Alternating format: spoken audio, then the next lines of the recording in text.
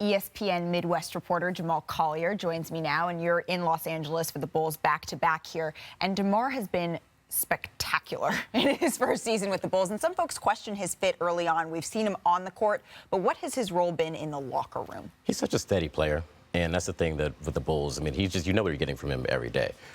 Even keel.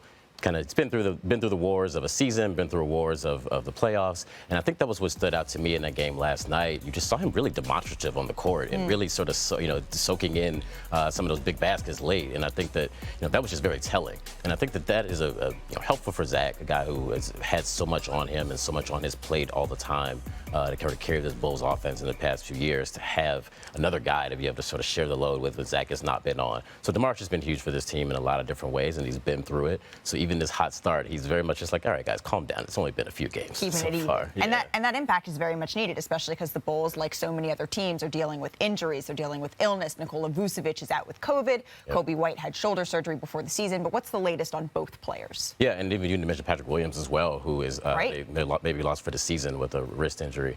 Vooch is feeling some symptoms. Remember, the Bulls play Philly twice, and they've got a bunch of players with COVID. Vooch was guarding Embiid directly, so he's probably not going to be a part of this road trip for them. He'll probably, hopefully, join him back in Chicago once he starts feeling better. But Coby White, it's good news for the Bulls, is going to be back for this game against the Lakers tonight. The Bulls are, I think, bottom 3 in bench scoring right now, so they really need a jolt there, somebody who can come off the bench and just be a spark and just like a microwave option for them. So I think that's going to be a huge benefit for them. But they've managed to stay afloat here despite some of these injuries and guys in and out of the lineup so far. So how are they going to stay afloat? How are they going to manage this back-to-back, having played the Clippers and now playing the Lakers tonight, Jamal? I was impressed the way they bounced back after getting beat by Golden State as badly as they did. They're going to struggle without Vooch. They have a passing big man who can score and do so many different things in the middle of the floor. And now all of a sudden teams are just going to load up on DeMar and Zach, and they're going to set an extra guy in double team. And I think I'm kind of curious to see exactly how they continue to adjust without Vooch in the middle of the floor. And I think that they've done well. They put Caruso in the starting lineup.